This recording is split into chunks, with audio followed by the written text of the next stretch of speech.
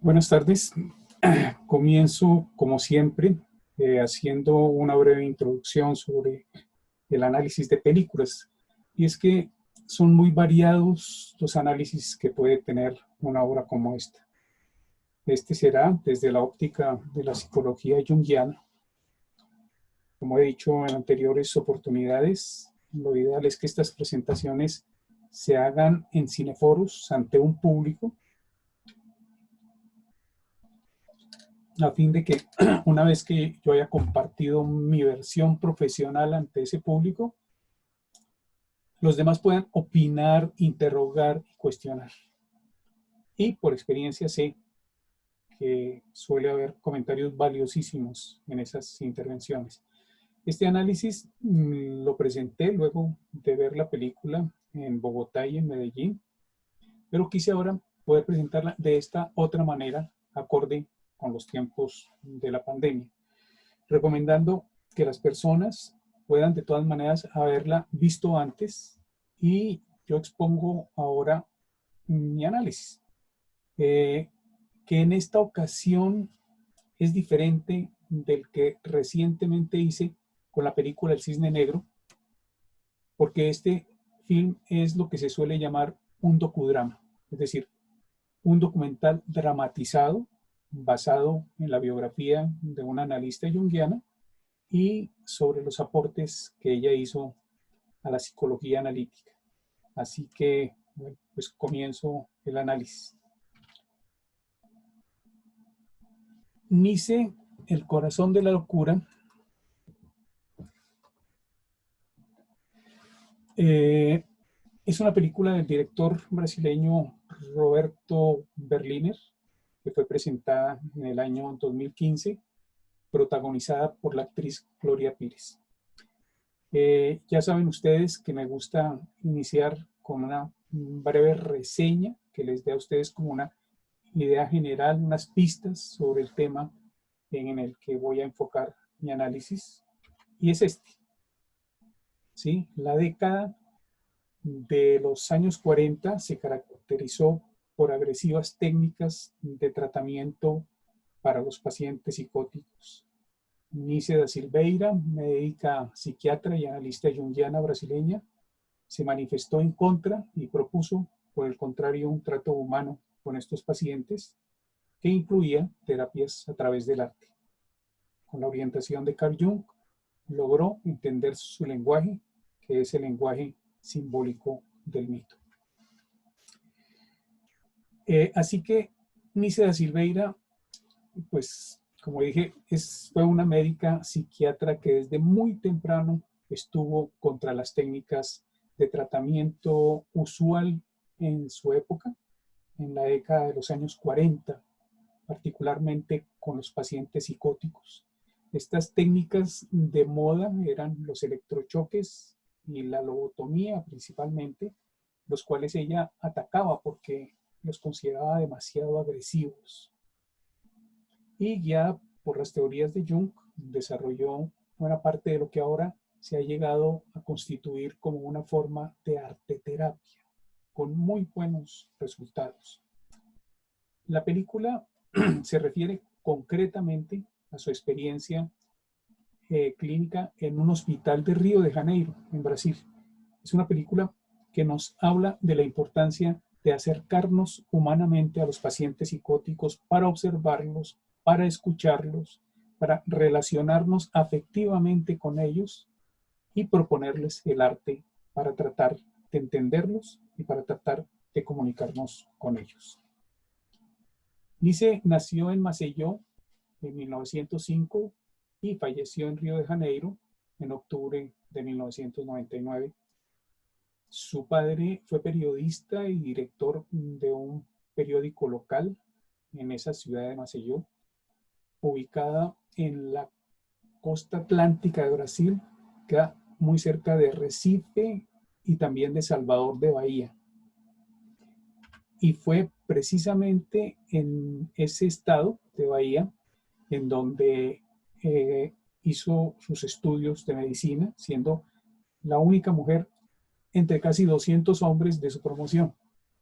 Se casó con uno de ellos, con Mario de Silveira, compañero de estudio con quien vivió hasta la muerte de él.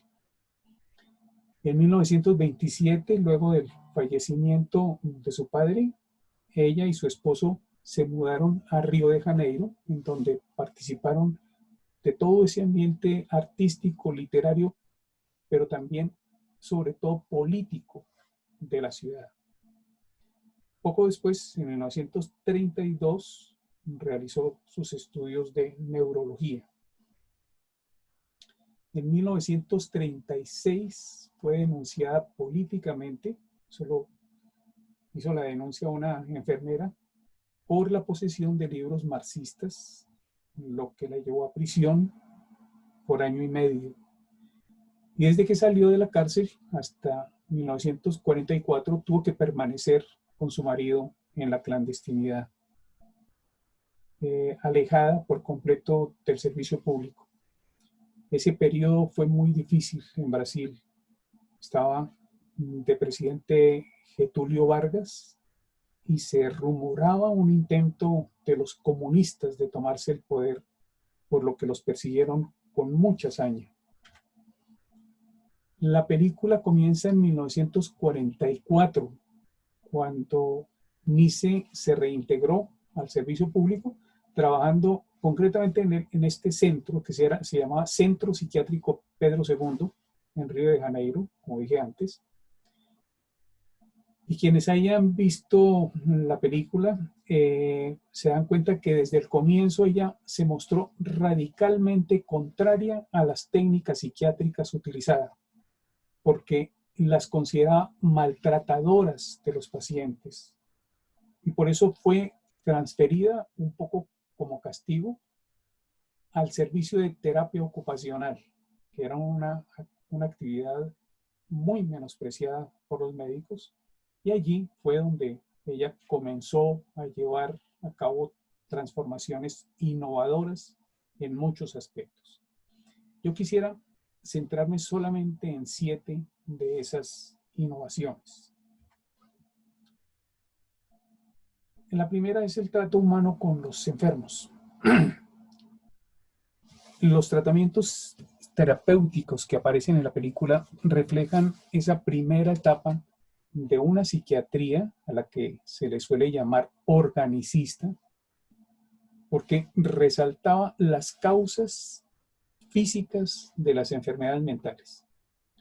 Y, en consecuencia, el tratamiento se centraba en el confinamiento en los asilos, los electrochoques, la terapia con insulina y la lobotomía, acompañada de otros fármacos. Respecto a los electrochoques, vale recordar que todavía se aplica, ¿sí? De forma mucho más suaves, mucho menos agresivas, pero la gente se sorprende cuando sabe que aún existe. Se los llama ahora terapia electroconvulsiva, pero siguen siendo muy cuestionados. Pero ya desde esa época, el modelo organicista se comenzaba a transformar paulatinamente en el modelo de psiquiatría dinámica, que atribuye los trastornos a causas emocionales más que físicas y cuyo tratamiento busca el vínculo más humano posible. Esta transformación la vimos también en Colombia. En Bogotá, el Hospital Neuropsiquiátrico desapareció ya y el de Cibaté lo cambiaron de sitio, lo cambiaron de nombre, y el actual es un centro muy diferente del antiguo que yo conocí. Desde que llega al hospital, Nice se encuentra con ese cuadro tan desolador de los hospitales psiquiátricos de los que hablamos, con los pacientes tratados como locos, deambulando sin hacer nada, peleándose unos con otros sin ningún control, en el mayor desaseo posible.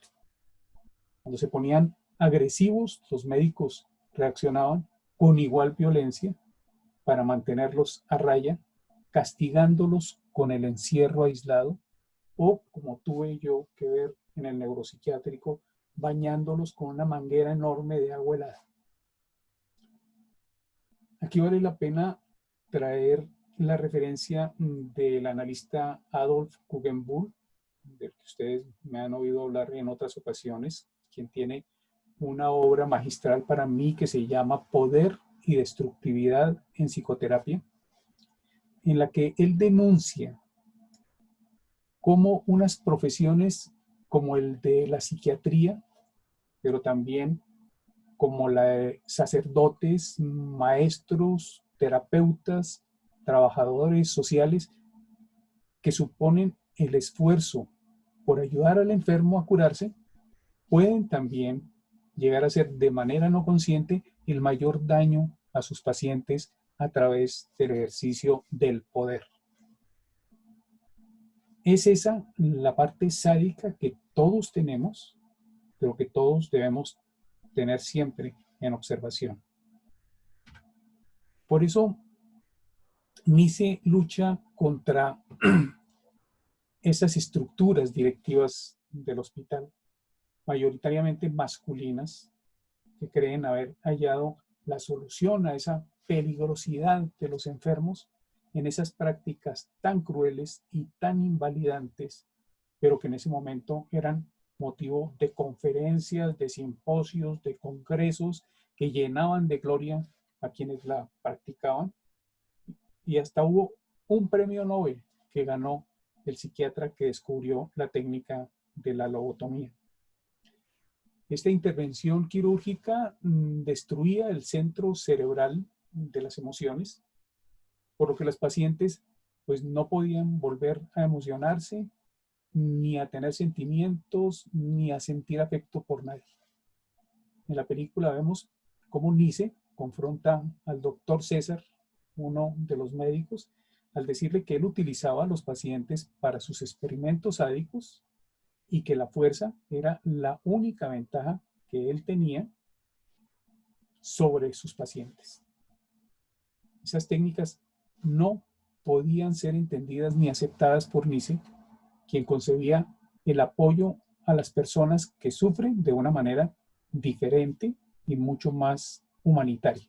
Ella partía de que solo mediante la empatía y mediante el vínculo terapéutico se pueden producir verdaderos cambios efectivos de mejoría en los pacientes y en algunos casos de curación.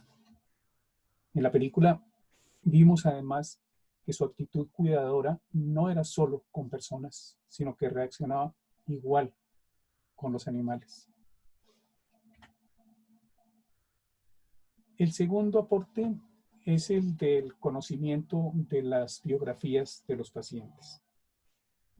Yo pienso que para la época en que Nice ingresa al hospital, ya había leído la autobiografía de Jung llamada Recuerdos, Sueños, Pensamientos, porque en ese libro Jung relata que cuando en 1905 él se doctoró en psiquiatría, teniendo 30 años, y se convirtió en médico jefe de la clínica de la Universidad de Zurich, descubrió al poco tiempo que allí ningún psiquiatra se preocupaba por tratar de entender lo que les sucedía a los enfermos mentales.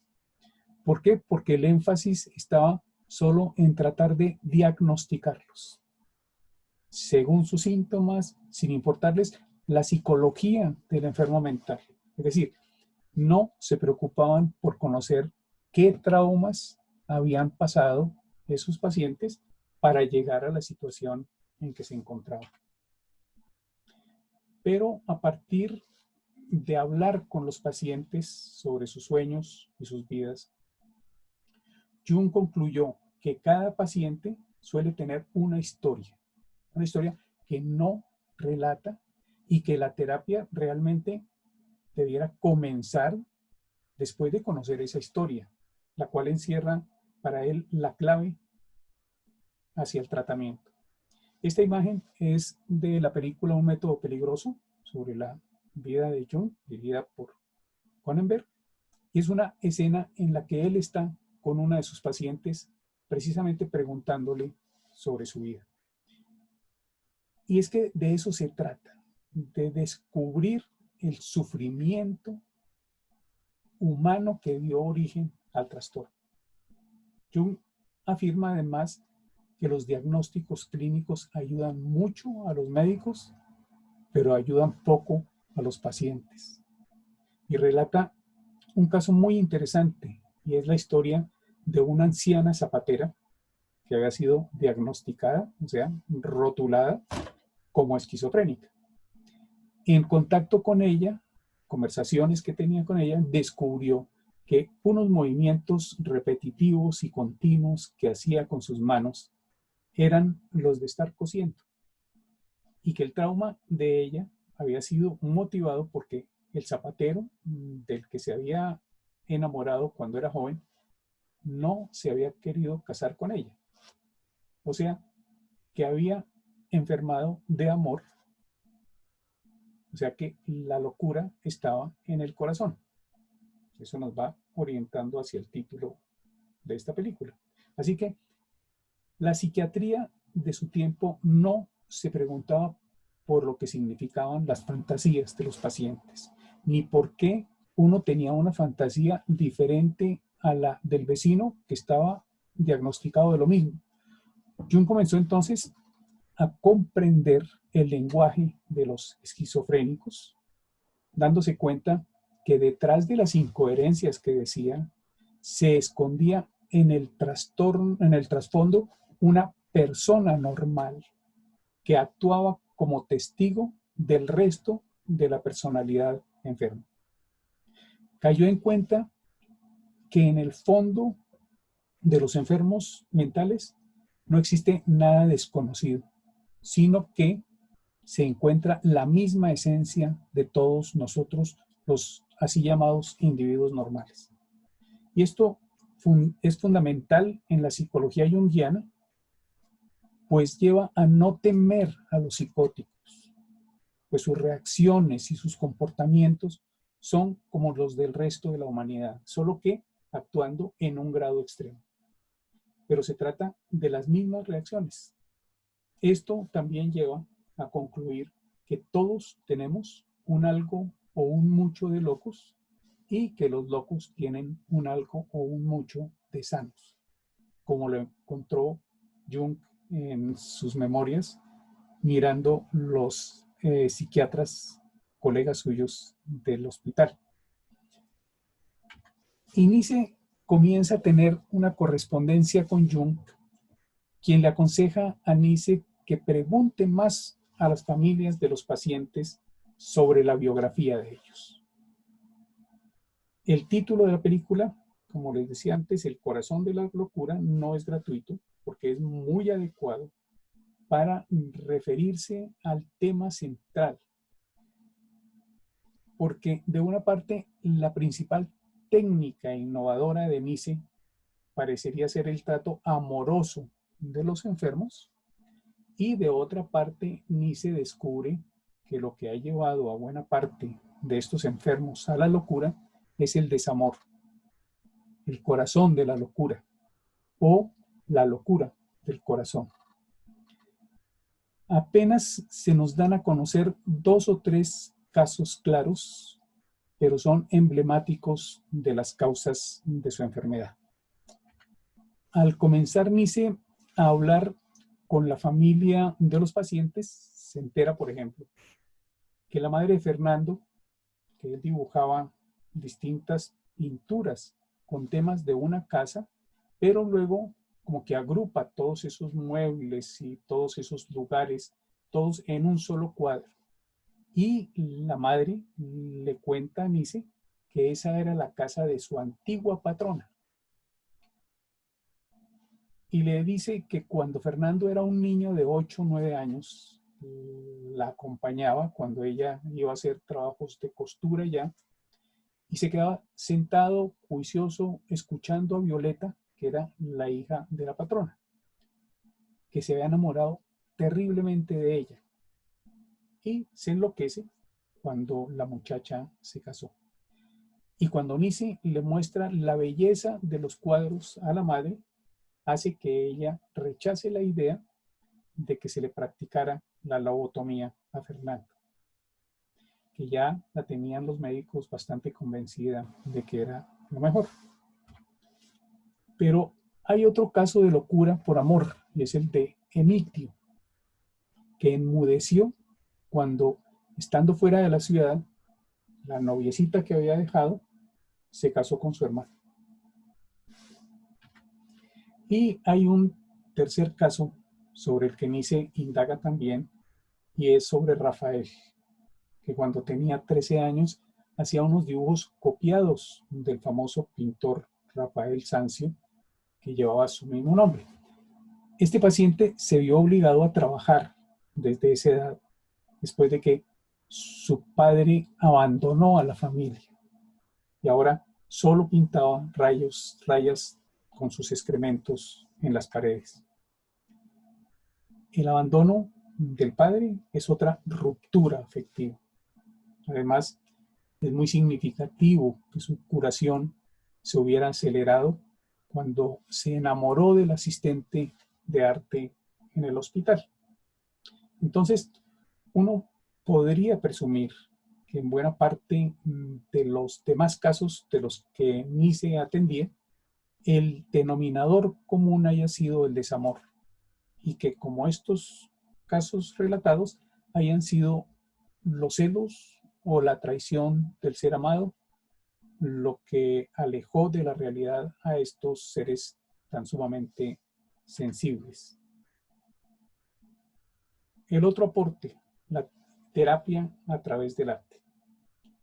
Nice estaba convencida de la capacidad que tiene la psique de todo ser humano para simbolizar, aspecto tan sumamente importante en la psicología junguiana. Por eso entonces ella llevó materiales artísticos a sus pacientes sin darles ninguna instrucción, sin darles ninguna orientación acerca de una técnica definida, sino permitiendo la libre expresión espontánea de ellos. Con mucha perseverancia logró que todos los pacientes participaran paulatinamente en esas actividades, presentándolas en un contexto muy lúdico, lo que las hacía más atractivas. Fíjense que lo lúdico es también un aspecto muy terapéutico. En la película se ve esa experiencia tan gratificante para los pacientes, que fue la de jugar a la pelota, disfrazarse, bailar, salir al campo, etc. El crítico de arte que aparece en la película es real. Se trata de Mario Pedroso, que viendo todas estas obras las describió como un arte virgen. Mirando algunos de los cuadros de los pacientes, Mario analiza que los enfermos podían transformar sus imágenes internas en arte y que esas eran las imágenes del inconsciente y que nada en el plano del arte permitía distinguirlas de las imágenes de los llamados normales. En ese sentido, esas obras de arte virgen son de la misma naturaleza de las obras de los grandes artistas universales, pues surgen del mismo proceso psíquico-creativo. Mario le propone entonces a Nice que todas esas obras debían salir de los muros del hospital y ser conocidas por el público. Y eso lo logran hacer al poco tiempo. Fue un gran orientador este artista. Es que en 1947 crearon la primera exposición artística con un éxito tan grande que la muestra fue trasladada al Ministerio de Educación y Cultura de Río de Janeiro. Eso además atrajo, además de los familiares de los pacientes, atrajo al público y a varias autoridades nacionales e internacionales, tanto en el arte como en la medicina. En 1952, 8 años después de haber ingresado Nice al psiquiátrico, fundó el Museo de Imágenes del Inconsciente en Río de Janeiro, el cual se fue volviendo con el tiempo un centro de estudio, un centro de investigación destinado precisamente a la comprensión más profunda del universo interior del esquizofrénico. Y a partir de entonces, las actividades del museo han continuado hasta el día de hoy, con más de 150 exposiciones y contando con una colección de más de 300.000 obras. En la inauguración del museo, vimos en la película que Mario Pedroso repite que una de las funciones más poderosas del arte es la revelación del inconsciente, el cual es tan misterioso en las personas normales como en las llamadas anormales. Y agrega que las imágenes del inconsciente son solamente un lenguaje simbólico que la psiquiatría tiene o tendría la tarea de descifrar, pero que por el contrario veía que la psiquiatría, por lo menos la de ese momento, estaba intentando aniquilar.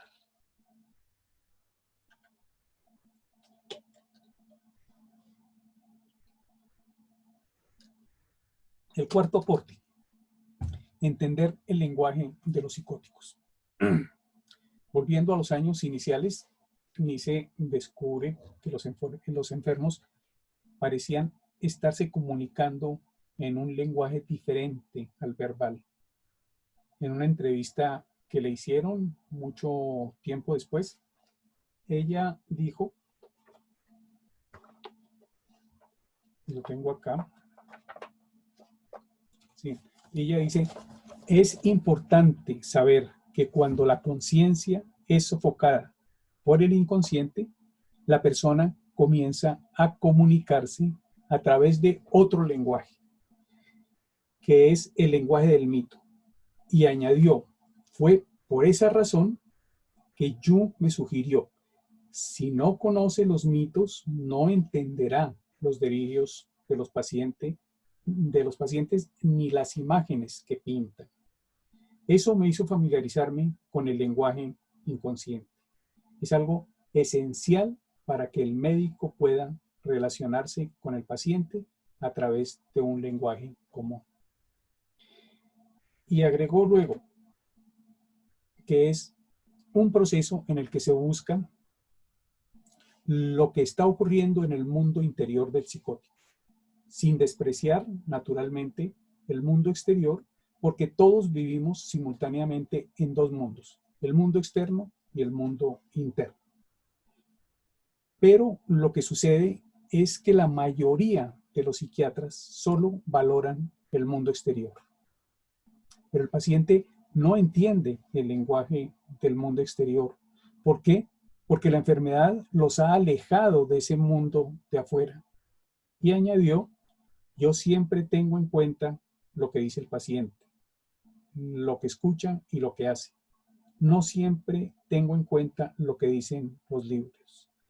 Decía que ni siquiera si lo decía Jung.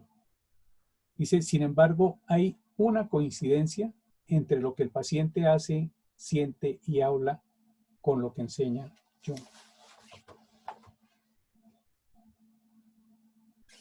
Un paciente le dijo a Nice que cuando se enfermó, su inconsciente había invadido su mundo racional en el que había vivido. Y le dijo concretamente, me mudé al mundo de las imágenes y las imágenes se toman el alma de la persona. Y dice Nice en alguna entrevista, oiga, si el paciente mismo dice que lo han tomado las imágenes, ¿para qué seguir tratando de entenderlo solo a través de un lenguaje racional? Mejor tratar de entenderlo a través del lenguaje de las imágenes. Perdón. Cuenta también que otro paciente le había mostrado que ella iba por buen camino cuando una vez le hizo un regalo que era un corazón dibujado en la madera y en el centro del corazón un libro abierto. Y que cuando se lo ofreció le dijo, mira, un libro es muy importante, la ciencia es muy importante, pero si no tienen en cuenta el corazón, no sirven para nada. Por eso ella afirmaba que todo lo que sabía de psiquiatría lo había aprendido de sus pacientes. Quinto aporte, la comprensión del mandala. En la película, Nice empieza a escuchar a Carlos, uno de sus pacientes, que decía que veía a Dios en los rayos del sol del espejo de su cuarto. Y ella recuerda que en las religiones orientales la flor de oro significa la presencia de Dios. Y reflexionó entonces que la psique tiene un poder autocurativo que se manifiesta en los mandalas y que en Carlos sus mandalas eran un intento de reorganizar su psique y que en él esto ocurría en un ámbito místico. En ese momento de la película es que Nice le envía a Jung los dibujos de mandalas que algunos esquizofrénicos pintaban de una manera absolutamente espontánea y sin influencia de ninguna clase. Hago acá un paréntesis para hablar de los mandalas. El mandala es una palabra sánscrita que significa círculo mágico y se refiere a una figura geométrica en la que el círculo está circunscrito en un cuadrado, o lo contrario, el cuadrado en un círculo, y que suele poseer subdivisiones más o menos regulares, divididas en 4 partes, o en múltiplos más bien, de 4. Yo la interpretaba como una expresión de la psique, y en particular del sí mismo, o del self, que en la psicología junguiana representa el símbolo del centro de la personalidad, que es diferente del yo. Durante un psicoanálisis junguiano, los mandalas suelen aparecer en los sueños o en las pinturas que hacen los pacientes. Algo muy importante es que los mandalas pueden expresar diferentes situaciones y significados. Jung pensaba que algunos de estos significados, primero, que la producción espontánea de mandalas, ya fueran conscientes o ya fueran inconscientes, podía indicar que el ego, o sea, el yo, estaba en capacidad de asimilar material inconsciente, y eso era muy positivo, pues hacía parte de una sana búsqueda de significado de la existencia. Pero también 2, que esas imágenes podían ser esencialmente un intento que hace la psique para no desintegrarse. Es decir, se podían dibujar como reacciones ante el peligro de un caos interno inminente. Así, los pacientes de Nice bien podían estar mostrando algunas de las 2 cosas, mostrando tanto un avance en su desarrollo interior como una defensa contra un caos interno. Pero ya fuera de una manera u otra, fuera una expresión o la otra, nos lleva a que la posibilidad de que los pacientes psicóticos puedan manifestar uno u otro tipo de mandalas a través de la pintura es igualmente muy útil en un centro psiquiátrico. Y tercero, que los mandalas pueden ser utilizados como foco de la disciplina meditativa, destinados a conseguir una mayor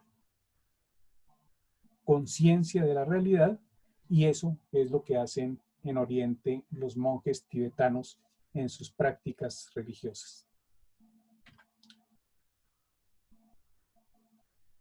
El sexto aporte es el apoyo terapéutico a través de animales. En este aporte de Nice nos salimos un poco de la terapéutica junguiana. Como se muestra en la película, Nice fue pionera en los estudios de las relaciones emocionales entre pacientes y animales, a los que acostumbraba a llamar me pareció muy divertido, sus coterapeutas. Y los llamaba así porque descubrió que el cuidado de los animales podía contribuir a la rehabilitación de los enfermos. Y lo explicaba diciendo que los animales los ayudaban a ellos a crear relaciones de responsabilidad y de desarrollo de lazos afectivos, lo cual les daba mucha estabilidad a los enfermos. Por eso Nice los incorporaba a su trabajo clínico. Como se ve en la película, descubrió la técnica con un paciente al que delegó los cuidados de un cachorrito que habían abandonado en el hospital, y luego vio que ese paciente empezó a mejorar al tener la responsabilidad de cuidar al animal. Y vimos esa escena tan desgarradora cuando alguien envenena a los perros del hospital. Sus coterapeutas no eran solo perros, sino también los gatos. Aquí me voy a detener un poco en este tema porque me parece muy simpático esas asociaciones que ella hace, y es que una buena parte de esos procesos de apoyo los comenta Nice en su libro Gatos, la emoción de cuidar. Eso lo publicó en 1998.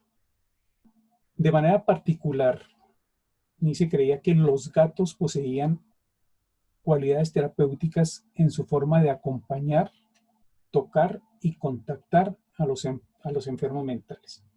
Ella también se rodeaba de gatos en su casa. La vemos en algún momento en la película rodeada de cantidades de gatos. Al verlos abandonados en la calle, los recogía y se los llevaba con ella. Se dice que llegó a tener en algún momento 23 gatos. Es que se identificaba con ellos.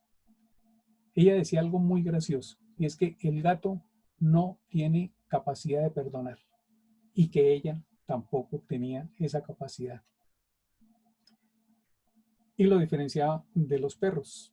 Sobre los perros decía que se sentía humillada por ellos, porque eran fieles y que al contrario de los gatos tenían una infinita capacidad de perdonar, lo que ella no tenía. Y recordaba también que Freud trabajaba con un perro en su oficina, al igual que Jung y que María Luisa von Franz. Y el último aporte es la promoción de la curación fuera del cautiverio. Esa es otra innovación de Nice en el campo terapéutico, que tampoco es netamente junguiana. Tiene que ver con la lucha de Nice contra la hospitalización de los pacientes psicóticos. Ella tenía muchas simpatías con las teorías del antipsiquiatra Laing, de sus propuestas de cambio en la psiquiatría tradicional. Por ejemplo, lo de la atención de pacientes en sus hogares o en clínicas ambulatorias. Por eso, 4 años después de la fundación del Museo del Inconsciente en 1956, Nice desarrolló otro proceso, otro proyecto, también revolucionario para su época, que fue la creación de la Casa de las Palmeras, que era una clínica dedicada a la rehabilitación de antiguos pacientes de instituciones psiquiátricas. En ese lugar, los asistentes podían ir diariamente a expresar su creatividad, siendo tratados como pacientes ambulatorios. Se podía ver como una etapa intermediaria entre la rutina hospitalaria y la reintegración a la vida cotidiana en sociedad. Era un puente entre los dos. Al igual que el Museo del Inconsciente, también este centro existe en la actualidad. Y ya para terminar, quisiera resaltar algo que también puede verse como un aporte de Nice. Y es que a través del conjunto de sus estudios, de sus investigaciones y logros, ella introdujo y divulgó la psicología junguiana en Brasil. como vimos en la película, ella comenzó escribiendo a Jung en 1954 para consultarle sobre el tema de los mandalas, pero continuó ese intercambio epistolar por un buen tiempo. Jung la estimuló a presentar una muestra de las obras de sus pacientes en Zúrich, en Suiza, en una exposición que se llamó El arte y la esquizofrenia, en 1957. Estos trabajos ocuparon 5 salas en el segundo Congreso Internacional de Psiquiatría. Al visitar con ella la exposición, como se ve en las fotos, Jung la motivó a continuar investigando sobre mitología. Y Nice quedó tan convencida del enfoque junguiano que luego se fue a estudiar con una beca de Brasil en el Instituto Jung de Zurich, Suiza, en 2 periodos. El primero fue de 1957 al 58 y el segundo del 61 al 62. Y allí tuvo la supervisión de María Luisa von Franz, la conocida discípula de Jung. De regreso a Brasil, luego de su primer periodo de estudios junguianos, formó en su consultorio algo que llamó Grupo de Estudios Carl Jung, parecidos a los que tenemos nosotros en Bogotá y en Medellín, en ADEPAC. Perdón, y lo presidió hasta 1968. De esta forma, Nice llevó por primera vez la psicología junguiana a América Latina y concretamente fue la líder del movimiento junguiano en Brasil, que en este momento cuenta con varias sociedades junguianas formadoras y un enorme número de analistas. Es el mayor número de analistas junguianos en Latinoamérica. Pero indirectamente fomentó también la creación de asociaciones junguianas en varios países de la región, como en Chile, en Argentina, Venezuela, Uruguay y por supuesto Colombia.